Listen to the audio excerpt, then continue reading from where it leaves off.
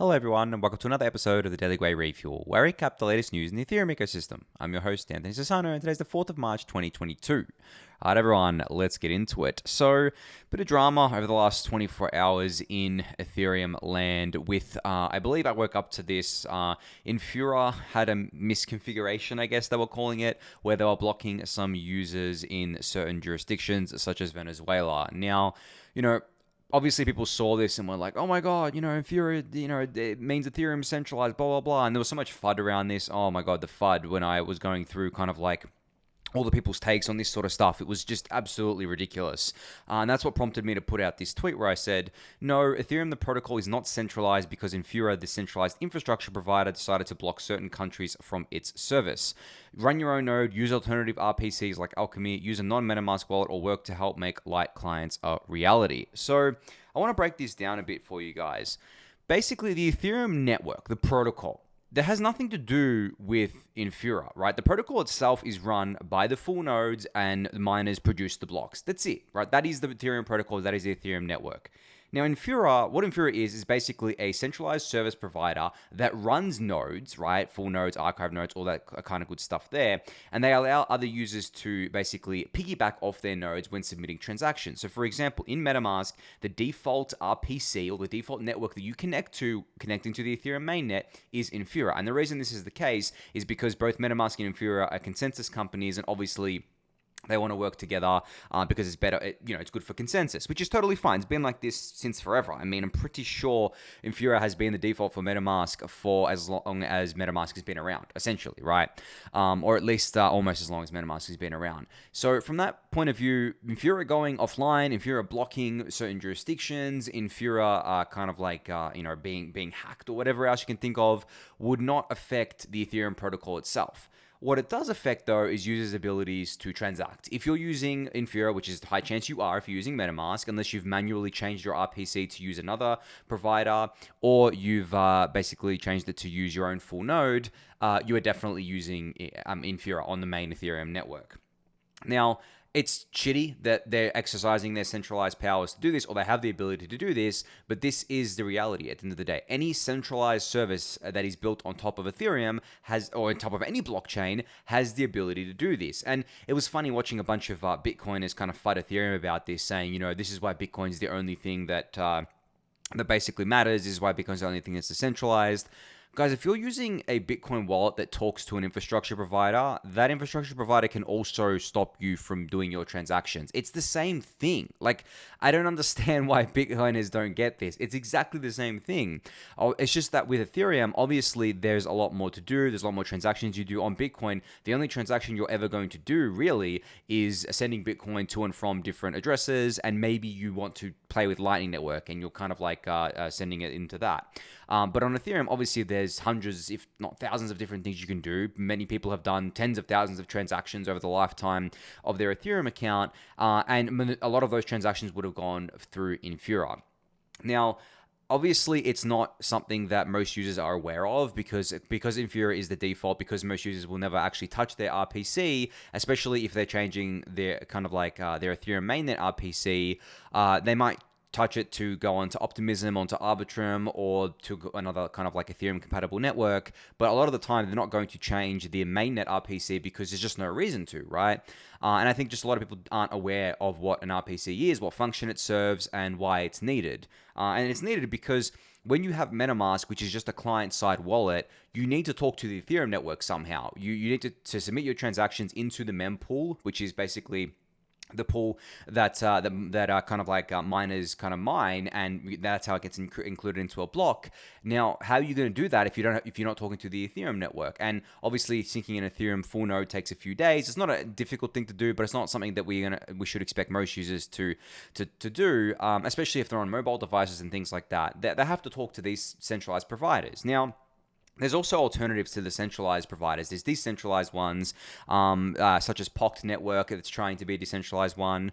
There's Flashbots, which I don't think Flashbots is decentralized, so to speak, but it is an alternative. There's, as I mentioned, Alchemy, which is basically the same thing as Infura in terms of, I guess, centralization, but it's an alternative at the end of the day, right?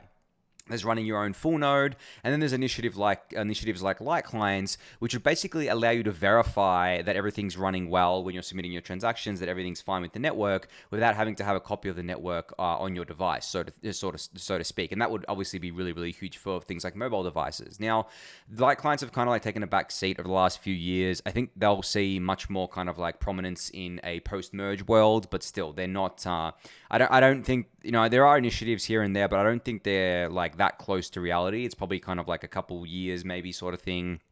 And even then, it would require the providers like MetaMask to include that option, things like that.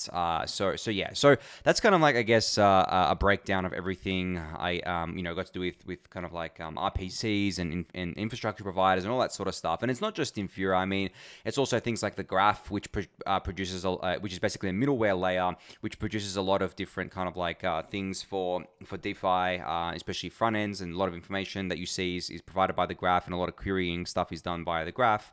I know the Graph is trying to decentralize because they have a token, they have like a plan to decentralize with their network, which is all well and good. And as far as I know, Infura has no plans to decentralize, so we shouldn't be expecting that. So if you really want to protect yourself, I mean, the best thing to do is run your own node and then just point MetaMask at your own node. That is the best you're going to get. I mean, that is full self-sovereign Ethereum experience. Obviously, not everyone's going to do that. Obviously, you're not going to do it if you're kind of like transacting from a mobile phone. Well, then the next best thing would just be to, I don't know, like make sure that you know that there's a bunch of well, actually, no, I do know.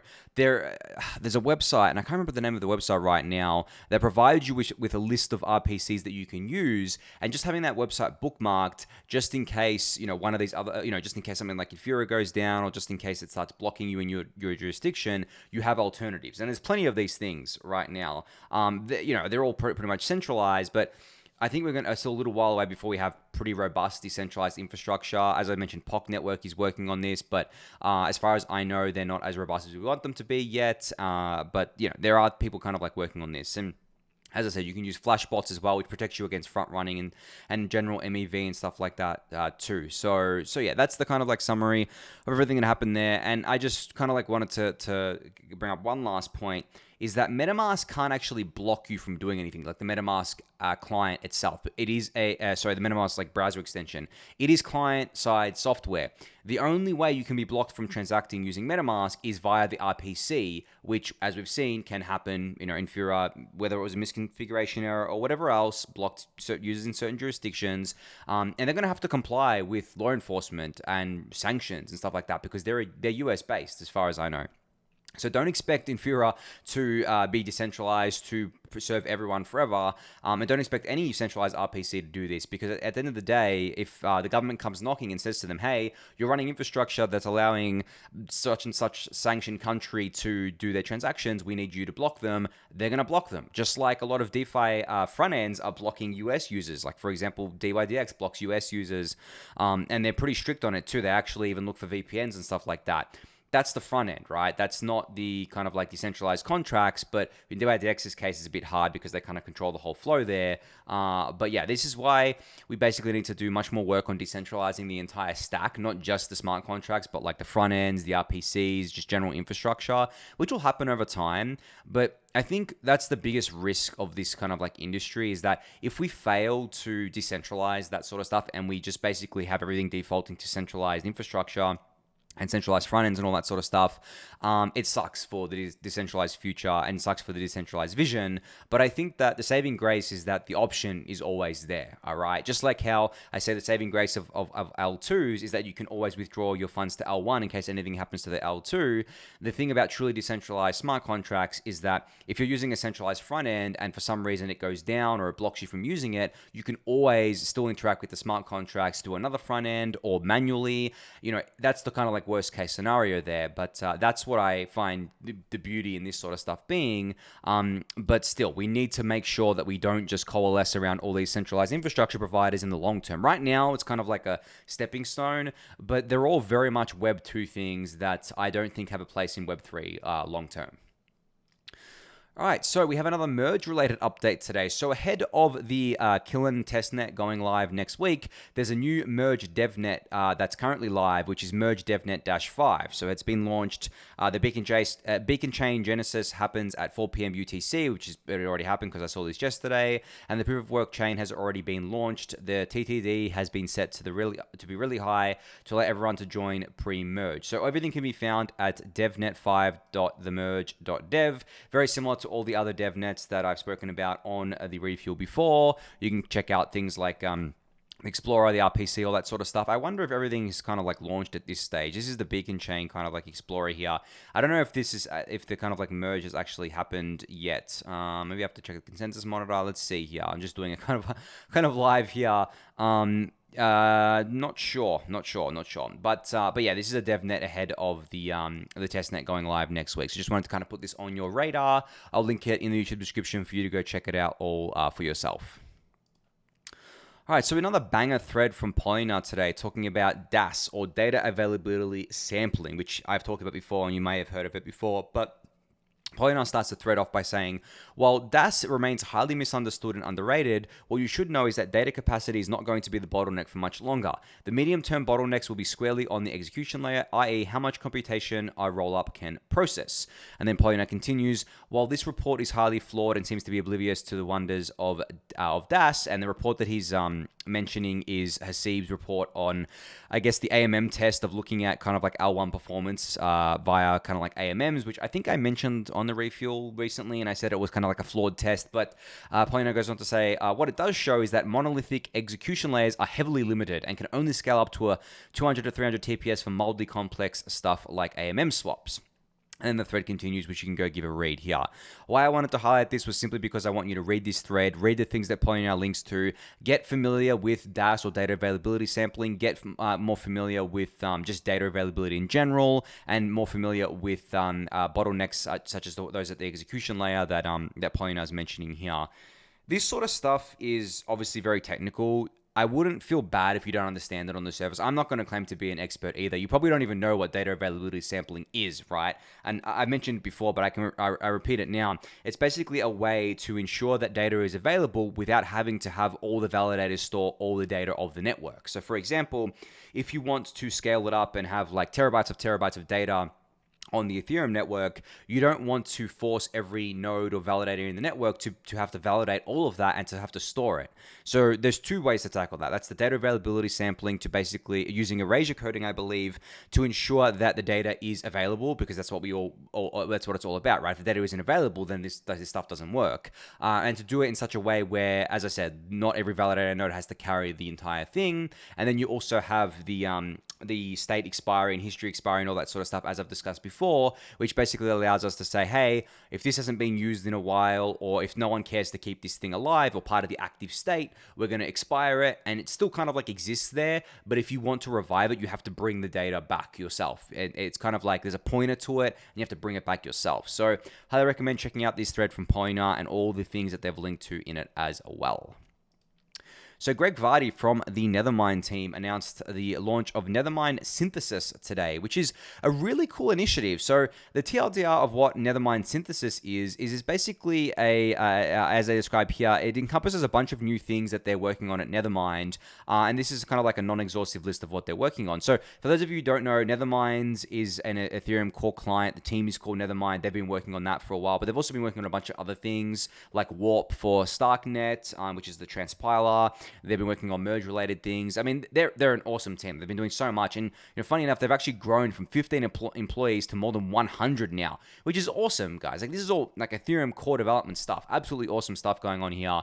But what they're going to be working on as part with this kind of like synthesis initiative is something like things like formal verification and auditing, which is obviously an absolutely massive market right now, guys. Like, seriously, I don't know how many of you are developers out there, or if you know about this. Getting a good auditor these days is both extremely expensive, and you have to go into a queue, basically. There's just not enough people out there doing auditing and doing formal verification. So it's a very lucrative industry to get into if you have the team members to do it, if you have the expertise under your wing to do it. Fundamental cryptography research, which is right up their alley, right? They're doing core development work both on the Ethereum core protocol and also at layer 2. Starknet development, of course, right? As I said, they've got Warp, which is basically allowing people to transpile Solidity to the Cairo language, and also protocol development, which is what they've been doing, all this time anyway, as with the Nethermind client. Now they go into detail about this and about what they kind of what their goals are here, what they're trying to do. You can jump into the kind of like blog post for details on that. But yeah, I mean, these guys are awesome. I mean, this team is awesome. I didn't realize they had grown so large. Like I remember donating to them on Gitcoin grants like a long time ago. They'd kind of like come out of nowhere and started developing really cool things for the Ethereum ecosystem, and now they're at more than 100 employees, which is absolutely great to see. And they're starting to, I guess, like monetize and get actual revenue now. I'm sure Starkware paid them to develop kind of like Warp and all the other stuff they're doing for Starknet, which is great. We obviously want to see these core developers get paid for their work, and not just paid, but like an outsized portion. I'm hoping they got a bunch of those future Starkware tokens, that's for sure.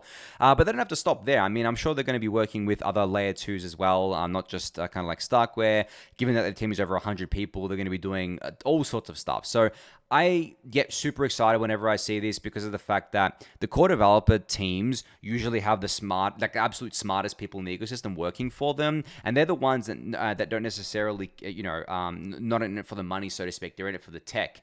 And I think Ethereum has the largest concentration of people who are in it for the tech rather than the money. And, if you want to drill down even deeper into that, you just have to look at the core teams and you'll get kind of like more into the weeds there as well. So definitely really awesome to see this. You can go read the full blog post. It'll be linked in the YouTube description below. All right, so Polygon is teasing something called Polygon Identity. Now, obviously, identity has been an absolutely massive thing, especially over the last few months. Everyone's been talking about it. You have sign-in with Ethereum.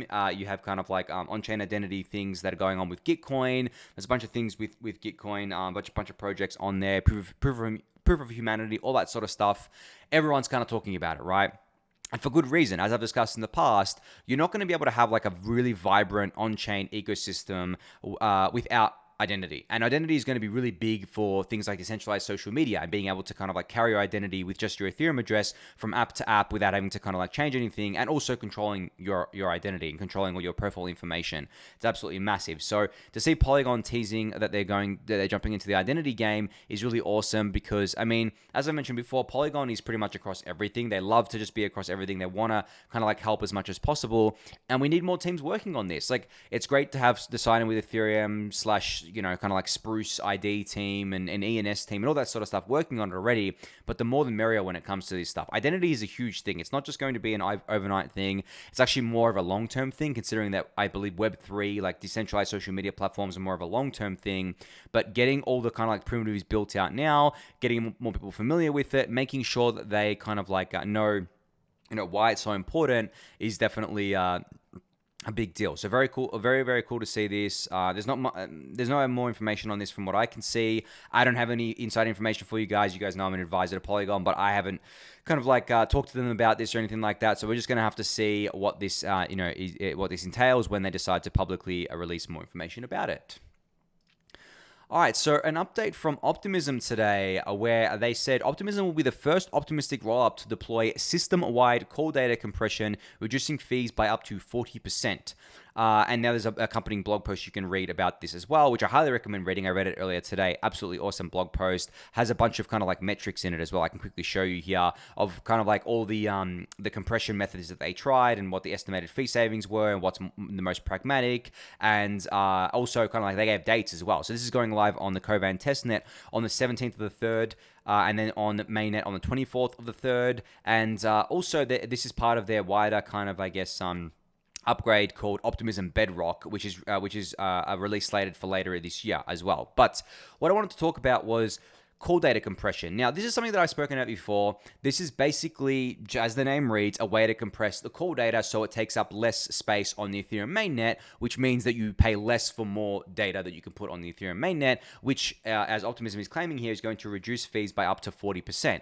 That's huge, guys. Like, as I've said to you guys, like, we're going to get to the point very, very soon, before any of the layer 1 upgrades get in, where these optimistic rollups are going to be doing sub 10 cent swaps. They're already sub $1. They're already approaching sub kind of like 50 cents. Sub 10 cent swaps is a reality coming soon, especially with core data compression. This, I mean, 40%. it's almost half a reduction from where they are today. I mean, I don't even know what they're at today. I mean, I know this is influenced by layer 1 gas fees as well, but right now I'm just looking it up on my other screen here. If I go to l2fees.info, you can see to swap tokens on Optimism right now is only 43 cents. So if they take away 40% from that, right? I'll do the math right here. That's 25 cents. 25 cents per swap on Optimism. That's so cheap, especially compared to mainnet. Now, of course, as I said, it's influenced by layer 1 gas prices, which are quite cheap right now, 20 to 30 Gwei. But this is just the beginning of this sort of stuff. They're going to keep optimizing, not just with core data compression, but with a lot more other things going on. And not just them, obviously Arbitrum's going to keep optimizing too, but this is absolutely awesome to see that they're already doing this, and this is already going to be deployed this month, right? I mean, Optimism kind of had a bit of a slow start and a failed start because that was supposed to launch March of last year, but it feels like they're really ramping up now. I know, as I mentioned yesterday, I showed you some metrics around the Arbitrum ecosystem. That ecosystem is on fire. It's doing really well. It's going really well. There's tons of projects on there. Optimism is a little bit behind, I think, but they're catching up, which is great to see. And as I said to you guys before, I want to see all these layer 2s thrive. I want to see them race to the bottom on fees because that, I've said before, the two main things that users care about are cheap fees and fast transactions. And I mean, Optimism and Arbitrum already offer the fast transactions, no problems. It's just getting those fees down, to the sub 10-cent level, which, as I said before, guys, I think I've said before on the refuel plenty of times that the sweet spot for fees for most people in the short to medium term is like 1 to 10 cents, I think. And you could even go higher than that for a lot of people, but 1 to 10 cents, I mean, come on. How many of the everyday users, how many transactions are they doing, right? If you're doing 100 transactions a day, which I don't actually consider to be an everyday user, 100 transactions per day is more of a power user thing. But even if you're doing that, that's $10 in fees a day, right? If it's at 10 cents per transaction. $10 in fees to do 100 transactions. Those 100 transactions that you're doing, if you're a power user, it's probably making you way more money in profit than the $10 that you're spending. So when you contextualize it like that, absolutely amazing. Obviously, we can do better than 10 cents. Let's get it down to 5 cents, then 1 cent, and then let's get it down to free. Let's just subsidize the cost for everyone by taking them from other places, which is what's probably going to happen eventually, longer term. Not in the short term, but longer term. That's what's going to happen. And then, I mean, this is what I mean, guys. When I've talked about this a long time ago on the refuel. We're up to over 300 episodes right now, but I've been talking about this since basically day one. This is all coming so fast. It's not will Ethereum scale. Ethereum is scaling right now. Ethereum is scaling much faster than anyone probably anticipated. The fees are dropping dramatically every other week. There is kind of the next time we get a mass influx of users, they're going to absolutely love Ethereum again. They're not going to complain about the high fees anymore. They're going to be able to withdraw to these L2s from centralized exchanges. Obviously, a bunch of them already support this, and they're going to have a really, really fun time with Ethereum, which is what I love. And the hilarious thing is, a lot of them probably aren't even going to know that they're using Ethereum. They're going to be like, I withdrawed my funds from Binance to Arbitrum. I love Arbitrum. It's awesome. I get to do everything in there, and the fees are cheap. And then a lot of them, some of them might even kind of shit on Ethereum, say, it's better than Ethereum. Ethereum has high fees. And it's kind of you're using Ethereum technically. And then, the whole game starts from there. But yeah, anyway, highly recommend reading this blog post from Optimism. I'm super excited about them getting this core data compression in. I'm sure Arbitrum is not far behind, given the fact that Optimism is kind of pushing the envelope here. So as I said, guys, competition is the healthiest thing we're going ever in the layer 2 space. It's going to make sure that we drop fees down to as low as we can get them, and eventually, long term, I expect fees to be free for the end user. They'll just come from other parts of the ecosystem. They'll still be paid, of course. It's not going to be free, but they're going to come from other kind of places, because unfortunately, or fortunately, whichever way you look at it, Web 2 trained users to want everything for free online, because obviously in Web 2, everything's paid for via ads. I don't think that's going to happen in Web 3. I think the way that costs are going to be subsidized is that the apps will basically just cover the cost for users, because they'll generate the revenue. And DYDX already does this, where basically they generate revenue from their exchange, and they pay the gas fees themselves. They don't charge users any gas fees. So if you take that into kind of account there, it makes total sense. So yeah, very awesome to see this. Go read the blog post. It will be linked in the YouTube description. All right, so A16Z announced today that they have invested $70 million in Lido. This is a crazy big raise, guys. I mean, Lido has raised a large amount of money before from, I believe, Paradigm led their kind of like last raise here, and then they did like a strategic round, like an ecosystem round. They've been raising a ton, and you know what? I mean, I don't know if it's justified about the amount that they're raising, but they have grown really large. I mean, not just with Ethereum staking, they do support a bunch of other staking protocols now, and they're doing a lot of great work. Now, obviously, they're not decentralized at this point in time. They're still a centralized service. Obviously, I prefer Rocket Pool right now because it's decentralized, but I think Rocket Pool eventually having competition in the decentralized pool space when Lido actually decentralizes is extremely healthy for the Ethereum staking space. And as I've said before, I don't want any one staking provider to have a monopoly on Ethereum staking. That is not healthy for the network for that to happen. But the cool thing about kind of like Lido is that they kind of like split your stake up between different centralized providers. So I think that they support 8 or something on Ethereum providers, where essentially anyone who chucks their ETH into kind of like Lido here, that ETH goes to one of the 8 centralized providers, and they kind of like work hard to balance that out. And instead of just going into one kind of like large pool. Now, of course, because Lido issues you in ST kind of like ETH token or a staked ETH token, it does go into a kind of like pool in that sense. And there are kind of like risks around that. And obviously, it's centralized because it's with centralized providers. But still, I mean, this is an absolutely amazing raise for a team that seems to be doing a lot for Ethereum right now in terms of making it easy for users to stake. But one thing that I've seen people say is that they think Lido is decentralized today. They're not, guys. Like from everything that I've read, from people that I've talked to, like I've tried to get to the bottom of this to make sure that I'm not missing anything. But no, Lido is not decentralized today, and that's fine. I mean, they have got a plan to decentralize in the future. They've actually got blog posts about it. You can go read it on their Medium. But it's not true to say it's decentralized today, but as I said, that's fine for now. I guess congrats to them on this massive monster raise here. I'm sure they're going to put it to good use. And A16Z is obviously a big backer as well here, so cool to see that too. All right, so last up, we have a tweet from Ewoki from Gitcoin today, who said, "Hey everyone, I have an idea. What if we use Web3 technology to make a utopian future instead of a dystopian one?" This is, I think, a constant back and forth within Ethereum, within crypto, within like just the community in general, where there are good days and bad days. There are days where we're like, yeah, this technology is awesome. It's empowering all these people. It's allowing people to kind of like, get out of war-torn countries, but with their wealth and all that sort of stuff. And that's all well and awesome. Like, obviously, that's what we're building for. And then there are days where we see scams and rug pulls and bad stuff happening on chain and people doing bad things on chain and scammers getting away with everything and scammers making tons of money, right? And I think what Ewoki is trying to get at here is that we have the power to both kind of like promote the good and change the bad. And we have to use this technology in such a way to promote that utopian future instead of creating a dystopian one. Can it be done? Don't know, right? Maybe it can't be done, but we're going to damn well try, especially Ewoki with Gitcoin and with all the other stuff he's doing. He is very big on this. He's trying his ass off to make sure that we head down a brighter future.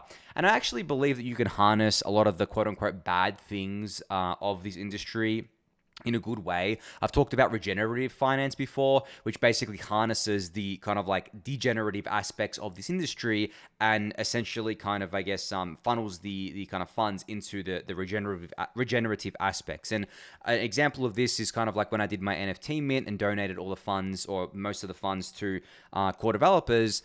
I mean, I don't think anyone degened into my NFT. There were some people that did, some people that bought kind of like a lot of them trying to resell them on the market. But I basically harnessed that activity of people wanting to speculate on an NFT or wanted to kind of like ape into something and basically turned it into a regenerative thing where core developers get the most of the ETH that was kind of raised there. So there's a lot of examples of this happening. Obviously, within Gitcoin, they do matching rounds, and a lot of those matching rounds, all that money comes from the speculation that goes on in this industry. Now, speculation isn't a bad thing. I'm not saying that at all. It's not necessarily a degenerate thing, but we're harnessing those kind of like aspects for the greater good, for the public goods.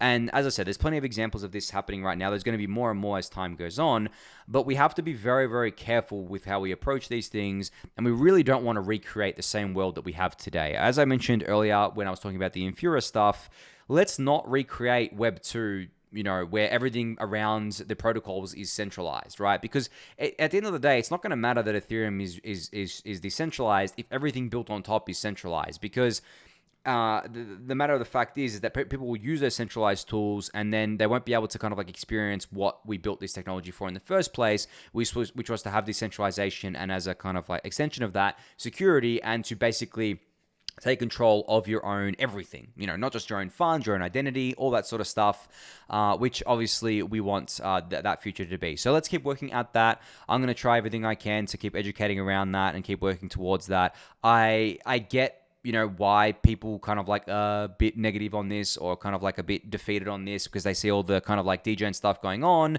And the reality is that most people are only in this ecosystem to make money. But as I said, we can harness that. We can turn it into regenerative stuff. It's on us. It's all coordination, as Ewoki says. We can do it, guys. Like, I'm very confident that we can. I genuinely have an optimistic outlook when it comes to humanity, even though the media tries to basically portray things as worse than what they are. And obviously, right now in the world, we need more optimistic thinking. There's a lot of shit going on right now, obviously with the war and stuff like that. And where a lot of us are sitting in our comfortable homes just watching this play out. Like, it's actually wild, as I've said in the past, to basically be able to sit on Twitter in my study, surrounded by all my kind of like my pleasures, and just watch people get bombed, literally, right? Watch people kind of like lose their homes, have to escape their war-torn country for basically no reason, right? For just because someone wanted some extra land. So I'm not going to get like into the weeds there, but that's just an example of what I mean, where I'm kind of like, try to be optimistic. I know why, you can't, but at the same time, focus that energy on trying to make better things within Ethereum, within crypto, trying to make sure that we kind of like don't repeat the mistakes that we have in the Web 2 world and in the kind of like the real world as well. But I think on that note, I'm going to leave it at that for today. So thank you everyone for listening and watching. Be sure to subscribe to the channel if you haven't yet. Give the video a thumbs up, subscribe to the newsletter, join the Discord channel, and I'll catch you all next week. Thanks everyone.